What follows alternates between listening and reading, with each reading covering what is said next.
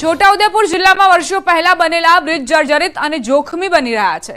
ઓરસંગ નદી પર આવેલા છોટાઉદેપુર બોડેલી સંખેડાના બ્રિજ અતિ જર્જરિત સ્થિતિમાં છે। ગ્રામ્ય વિસ્તારોમાં પણ કેટલાક કોઝવેનું ધોવાણ થયું ત્યારે પૂરની સ્થિતિમાં મોટી દુર્ઘટનાની ભીતિ સેવાઈ રહી છે। પાવી જેતપુરમાં ભારજ નદી પરના બ્રિજના બે ટુકડા થઈ જતા ભારે વિનાશ વેરાયો છે। આ બ્રિજ તૂટતા વાહન વ્યવહાર ઠપ થઈ ગયો છે। નદીના પાણી ખેતરોમાં ઘૂસી જતા ભારે વિનાશ સર્જાયો, જેના કારણે સ્થાનિકો ખેડૂતોને ભારે હાલાકી વેઠવાનો વારો આવ્યો। જિલ્લામાં જર્જરિત બ્રિજ મુદ્દે વિપક્ષ સરકારને ઘેરવાના પ્રયાસ કરી રહ્યું છે। વિધાનસભાના પૂર્વ વિપક્ષ નેતા સહિત કોંગ્રેસના હોદ્દેદારો કલેક્ટર ઓફિસ પહોંચ્યા અને અલગ અલગ મુદ્દાઓને લઈ આવેદનપત્ર આપ્યું। છોટાઉદેપુર જિલ્લામાં અનેક કૌભાંડો થયા છે, રેત ખનન થયા છે અને આખા જિલ્લાને જેમ કેરીને ચૂસીને ફેંકી દેવામાં આવી રીતના બિલકુલ ન દણિયાત છોડી દેવામાં આવ્યો છે। અમારા 13 મુદ્દા પૈકીના નદી નાળાના મુદ્દાઓ છે।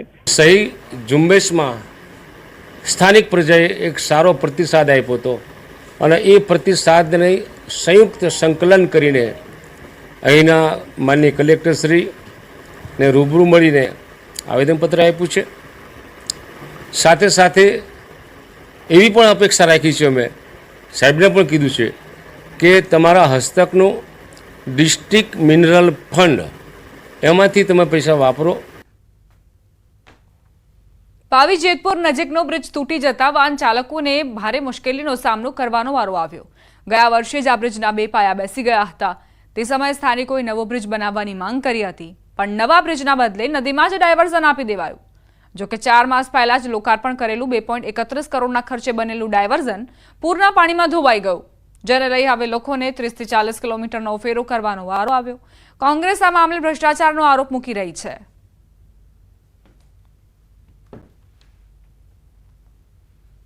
ચાર મહિનાની અંદર તૂટી ગયું। 2.5 કરોડ રૂપિયાનો ખર્ચો એમાં કરવામાં આવ્યો અને એ ડાયવર્ઝન 4 મહિના પણ ચાલ્યું નહીં અને તૂટી ગયું। ત્યારે એ ડાયવર્ઝનની અંદર જે પૈસા વાપરવામાં આવે એ પ્રજાના પૈસા, ટેક્સના પૈસા ખોટી રીતે વાપર્યા અને એના અંદર બિલકુલ ભ્રષ્ટાચાર અને કૌભાંડ આ પ્રતિનિધિઓ અને એને લાગતા વળગતા અધિકારીઓ દ્વારા એમાં બિલકુલ કૌભાંડ કરવામાં આવ્યું છે। એની જગ્યાએ જે ડાયવર્ઝન આપવામાં આવ્યું છે જેતપુરથી મોડાસર ચોકડી વાયા રંગલી થઈને એ રસ્તો તદ્દન બિસ્માર હાલતમાં છે। ખાડા બહુ મોટા પડી ગયા છે। લોકોને બાઇક લઈને જવું હોય તો પણ મુશ્કેલી છે અને કદાચ કોઈ સગર્ભા મહિલા હોય કે કોઈ માંદુ વ્યક્તિ હોય એને દવાખાને લઈ જવા માટે પણ ખૂબ જ મુશ્કેલીનો સામનો કરવો પડી રહ્યો છે। જિલ્લામાં પડેલા ભારે વરસાદના કારણે ખેડૂતોને પણ ભારે નુકસાન થયું છે। ખેતરોમાં પાણી ભરાઈ ગયા છે, જે હજી સુધી નથી ઉતર્યા અને તેના કારણે પાક બળી ગયો છે। એવામાં ખેડૂતો સરકાર પાસે સહાયની આશા રાખી રહ્યા છે। બીજી તરફ જિલ્લામાં તસ્કરોના ત્રાસના કારણે ગ્રામજનો ત્રાહિમામ પુકારી રહ્યા છે। અત્યારે ગામડાની અંદર ચોરી માટે હું મારી જ વાત કરું તો રાતના 5:15 વાગ્યા સુધી અમારે જાગવું પડે છે। એટલે ખરેખર ચોરી કેવી રીતે થાય છે સમજ પડતી નથી અને ઘણા ગામડામાં દરેક ગામડામાં બૂમાબૂમ કરવામાં આવે છે। તો અમે પોલીસ ખાતાને પણ વિનંતી કરીએ કે ત્યાં પોઈન્ટો વધારવામાં આવે। રાજપૂત સમાજ ફરી મેદાનમાં। પડતર માંગણીઓને લઈને રાજપૂત સમાજ ફરી એક્ટિવ। રાજપૂત સમાજે પડતર માંગણીઓને લઈને રજૂઆત કરી। સમાજ દ્વારા સરકારના મંત્રીઓ સમક્ષ રજૂઆત કરાઈ। સમાજને સરકાર અને સંગઠનમાં યોગ્ય સ્થાન આપવા રજૂઆત। સંકલન સમિતિએ મુખ્યમંત્રીને પત્ર લખી રજૂઆત કરી। રાજપૂત સમાજની સંકલન સમિતિએ મુખ્યમંત્રીને પત્ર લખ્યો। મુખ્યમંત્રી હકારાત્મક નિરાકરણ ન લાવે તો ફરી આંદોલન કરવાના મૂડમાં।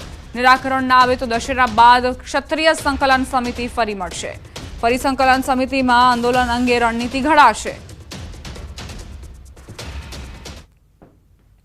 ગુજરાત રાજ્યની રાજપૂત સંસ્થાઓની સંકલન સમિતિ વતી આજરોજ ગુજરાતના મુખ્યમંત્રીશ્રીને રાજપૂત સમાજના પડતર પ્રશ્નોની રજૂઆત અંગે પત્ર લખ્યો।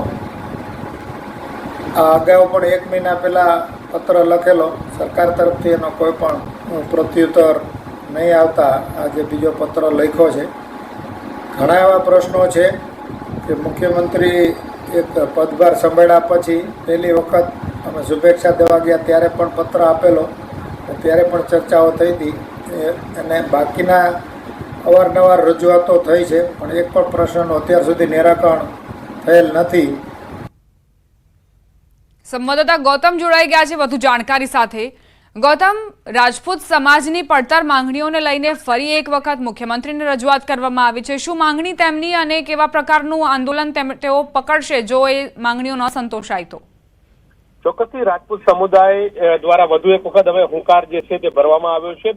અગાઉ જ્યારે ક્ષત્રિય સમુદાય ઉપર પુરુષોત્તમ રૂપાલાએ નિવેદન કર્યું હતું ત્યારે એક સંકલન સમિતિનું ગઠન થયું હતું અને ત્યારબાદ વિવિધ માંગણીઓને લઈને હવે આ સંકલન સમિતિ આગળ આવી રહી છે. એટલે કે વધુ એક વખત મુખ્યમંત્રીને રજૂઆત કરી છે અને રજૂઆતમાં આ તેમની પડતર કેટલીક માંગણીઓ જે છે તે માંગણીઓને લઈને તેમણે રજૂઆત કરી છે, જેમાં તેમણે સાફ રીતે એ લખ્યું છે કે અત્યાર સુધીમાં ક્ષત્રિય સમુદાય તરફ જે ઓરમાયું વર્તન થયું છે, યોગ્ય રીતે જે રાજકીય પ્રતિનિધિત્વ નથી મળી રહ્યું તેને લઈને તેમણે રજૂઆત જે છે તે કરી હતી. સાથે સાથે તેમની જે સામાજિક મુદ્દાઓ જે છે તે સામાજિક મુદ્દાઓને લઈને તેઓએ રજૂઆત કરી છે. સામાજિક સંસ્થાઓની જમીન ફાળવવા અંગેની પણ રજૂઆત જે છે તે કરી હતી અને આ તમામ માંગણીઓ જે છે તે સંતોષાય તે પ્રકારની વાત કરી છે. સાથે સાથે મુખ્યમંત્રીને પત્ર લખવામાં આવ્યો છે. ગૃહમંત્રી હર્ષ સંઘવીને પણ આ પત્ર મારફત રજૂઆત કરવામાં આવી છે. એ જ રીતે ક્ષત્રિય આગેવાન તરીકે બલવંતસિંહ રાજપૂત અત્યારે મંત્રી છે તો તેમને પણ આ રજૂઆત જે છે તે કરી છે અને સાથે સાથે તમામ ક્ષત્રિય સમુદાયના આગેવાનો જે છે તે તેમને પણ આ પત્ર મારફત રજૂઆત કરવામાં આવી છે અને તેમને દશેરા સુધીનો સમય જે છે તે આપવામાં આવ્યો છે અને દશેરાના સુધીમાં આ તમામ માંગણીઓ જે સંતોષાય તે પ્રકારની વાત સાથેનો પત્ર જે છે તે લખવામાં આવ્યો છે. પરંતુ જો દશેરા સુધીની માંગ સંતોષાશે નહીં તો દશેરા બાદ તેઓ એક બેઠક જે છે તે કરશે. ક્ષત્રિય સમુદાયની એક બેઠક જે છે તે મળશે અને બેઠક બાદ આગામી રૂપરેખા અને રણનીતિ નક્કી કરશે તે પ્રકારની વાત કરી રહ્યા છે. જી આભાર ગૌતમ જાણકારી આપવા માટે.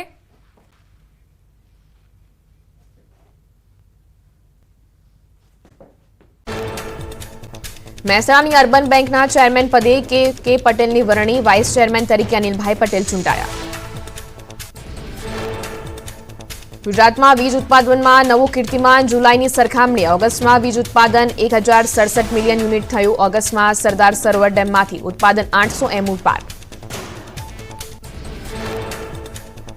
સુરતમાં ગેરકાયદેસર બાંધકામો સામે મનપાની લાલ આંખ, સૈયદપુરા પોલીસ ચોકી નજીક પોલીસ બંદોબસ્ત સાથે દબાણ હટાવાયા.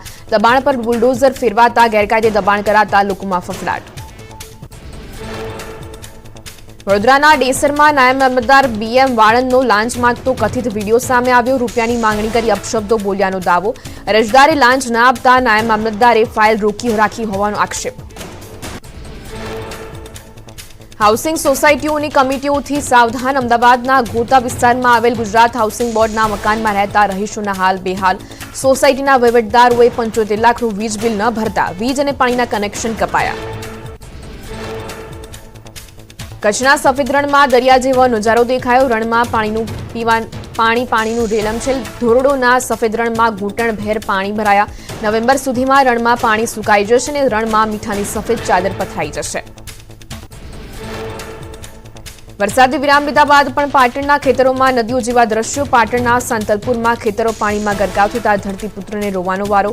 કઠોળ અને શાકભાજી સહિતના પાકને નુકસાન થતા ખેડૂતોએ સર્વેની કરી માંગ. ભારે વરસાદ બાદ રાજકોટના ગ્રામ્ય વિસ્તારોમાં ખેડૂતોના હાલ બેહાલ. એરંડા, કપાસ, સુવર તેમજ લીલા શાકભાજીને નુકસાન. ખેડૂત રક્ષક સમિતિએ ખેડૂતોને તાત્કાલિક અસરથી સહાય ચૂકવવા રજૂઆત કરી. છોટાઉદેપુરમાં બિસ્માર રસ્તા, તૂટેલા બ્રિજથી જનતા ત્રસ્ત. ડાયવર્ઝન ધોવાતા 30 કિલોમીટરનો ફેરો. ખેતરોમાંથી હજી નથી ઓસર્યા પાણી.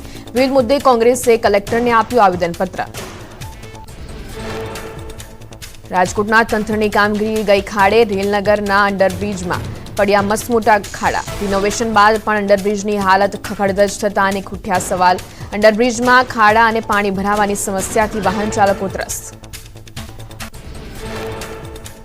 વડોદરામાં પૂરની સ્થિતિ બાદ સત્તાધીશો સામે લોકોનો અનોખો વિરોધ. કારેલીબાગની વિશ્વકુંજ સોસાયટીમાં રહીશોએ ગણેશ પંડાલમાં પૂરની વિકટ પરિસ્થિતિ વર્ણવી. વોર્ડ નંબર 3ના કોર્પોરેટરો માટે પ્રવેશબંધીના સ્લોગન સાથે સ્થાનિક કોર્પોરેટરનો કરાયો વિરોધ. તાપીના ઉપરવાસમાં ભારે વરસાદ. ઉકાઈ ડેમમાં પાણીની આવક વધતા ડેમના 6 દરવાજા ખોલાયા. ડેમની જળસપાટી જાળવવા તાપી નદીમાં પાણી છોડાયું. ઉત્તર પ્રદેશના વારાણસીમાં ગંગા નદીમાં બોટ થઈ ફરી કાર્યરત. નદીમાંથી ઓસર્યા પૂરના પાણી. નદીમાં બોટિંગ શરૂ થતા પ્રવાસીઓમાં ખુશી. અંબાજી જતા યાત્રાળુઓ માટે મહત્વના સમાચાર. યાત્રાળુઓ માટે 220 જેટલા નવા પગથિયા શરૂ કરાયા. ભાદરવી પૂનમના મેળાને પગલે લોકોને સરળતા રહે તે માટે નવા પગથિયા પર અવરજવર શરૂ કરાઈ. ભાદરવી પૂનમના મેળાને પગલે યાત્રાધામ અંબાજીમાં વિશેષ માર્ગદર્શિકા જાહેર કરાઈ. યાત્રિકોની સુવિધા માટે મેળાની સંપૂર્ણ વિગતો દર્શાવતી માર્ગદર્શિકાને QR કોડ પણ જાહેર કરાયો. માય ભક્તો કોઈપણ સ્થાને મેળા સંબંધિત માર્ગદર્શન મેળવી શકશે. રાજ્યમાં લઘુ અને મધ્યમ ઉદ્યોગોમાં વીજ વપરાશને લઈ સરકારે મહત્વનો નિર્ણય. LT વીજ કનેક્શનમાં 150 kVA વીજ વપરાશની મંજૂરી. રાજ્યભરના નાના અને મધ્યમ કદના ઉદ્યોગોને ફાયદો. ગીર સોમનાથમાં થયેલા હિટ એન્ડ રનનો ભેદ ઉકેલાયો. સગીર સહિત 3 આરોપીઓને પોલીસે દબોચ્યા. તપાસમાં હિટ એન્ડ રન ઘટના હત્યા માટે ઘડાયેલું કાવતરું હોવાનું સામે આવ્યું. મૃતક અને આરોપી વચ્ચે ઘણા સમયથી મનદુખ ચાલતું હોવાથી આરોપીએ આપ્યો હતો હત્યાને અંજામ. પીએમ મોદીના જન્મદિવસની તૈયારીઓ શરૂ. 17 સપ્ટેમ્બરથી 2 ઓક્ટોબર સુધી સેવા પખવાડિયાની કરાશે ઉજવણી. બ્લડ ડોનેશન, સ્વચ્છતા અભિયાન, હેલ્થ કેમ્પ સહિતની કાર્યક્રમોનું કરાશે આયોજન. ભરૂચના જ્યોતિનગર વિસ્તારમાં ગણેશ મૂર્તિ બની આકર્ષણનું કેન્દ્ર. અયોધ્યાના રામ મંદિર અને ભગવાન રામના સ્વરૂપમાં તૈયાર કરાયો ગણેશ પંડાલ. શ્રી રામચંદ્રના સ્વરૂપમાં ગણપતિ દાદાનું સ્વરૂપ જોવા ભાવિ ભક્તો ઉમટી પડ્યા. સુરતમાં 11 ફૂટની ભગવાન ગણેશના પ્રતિમા આકર્ષણનું કેન્દ્ર બની. તેજ પવન અને વરસાદના કારણે ધરાશાયી થયેલા વૃક્ષમાંથી બનાવાઈ છે આ વિશાળ પ્રતિમા. મોટી સંખ્યામાં ભગવાન ગણેશના દર્શનાર્થે પહોંચી રહ્યા છે ભક્તો. અમદાવાદ શહેરના માર્ગો પર ભજન, ભોજન અને ભક્તિની ત્રિવેણી સંગમ જોવા મળ્યો. વૃંદાવન વિહાર સોસાયટીના લોકોએ પદયાત્રીઓ માટે શરૂ કર્યો સેવા કેમ્પ. અંબાજી જતા પગપાળા યાત્રીઓ લઈ રહ્યા છે લાભ. અમદાવાદના વસ્ત્રાલમાં અંબાજી જતા પદયાત્રિકો માટે લાગ્યો સેવા કેમ્પ. વૃંદાવન વિહાર સોસાયટીના રહીશો દરરોજ પદયાત્રિકો માટે કરે છે ભંડારો. 1000 કિલો શાક, 500 કિલો લોટની રોટલી સહિતના ભોજનની યાત્રાળુઓને અપાય છે નિઃશુલ્ક સુવિધા.